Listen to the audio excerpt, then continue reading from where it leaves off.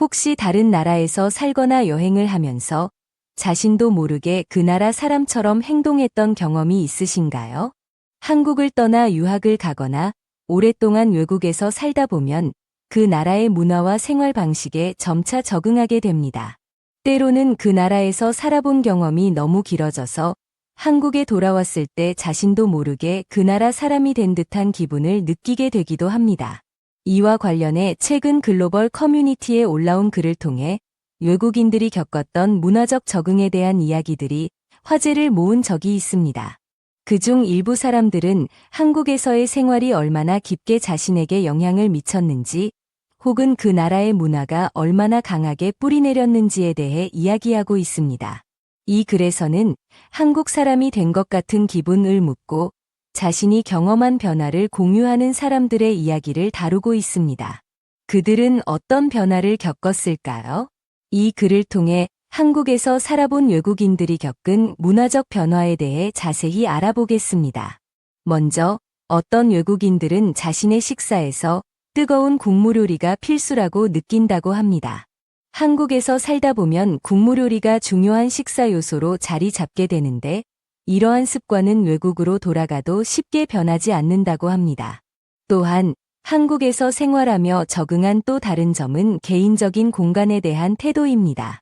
한국에서는 사람들 간의 거리가 좁을 때가 많고 개인 공간을 침해당하는 일이 흔하지만 시간이 지나면서 그런 상황에 대한 관용이 자연스럽게 커지기도 한다는 것입니다.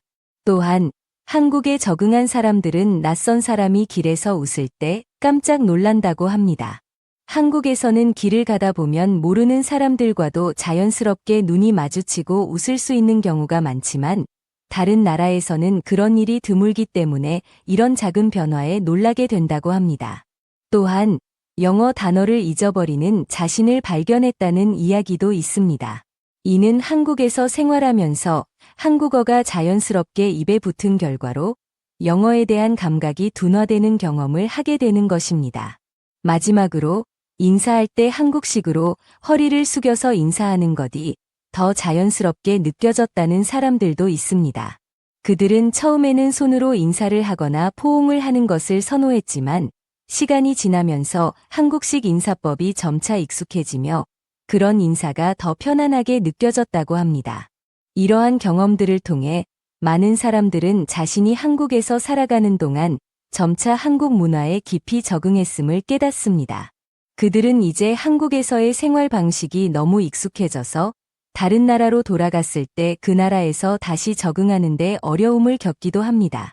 예를 들어 한 외국인은 한국에서 기다림에 대한 기대가 바뀌었다고 말했습니다. 한국에서는 대기 시간이 짧고 효율적이기 때문에 다른 나라에서는 기다리는 시간이 길게 느껴질 수 있다는 것입니다. 또한 한국에서의 생활이 너무 익숙해져서 뉴욕을 방문할 때는 그곳에서 살기 어려운 느낌을 받았다고 합니다. 그들은 이제 한국에서의 생활 방식이 자신에게 너무 맞는다고 느끼는 것이죠. 그렇다면 또 다른 외국인들은 자신이 돌아온 고향에서 한국에서 배운 문화를 잊으려고 했지만 결국 실패하고 다시 한국으로 돌아가고 싶다는 마음을 표현하기도 했습니다. 그들은 한국에서의 생활을 떠나기 어려운 이유를 문화적 차이에서 찾을 수 있었습니다. 예를 들어 영어로 말하던 동생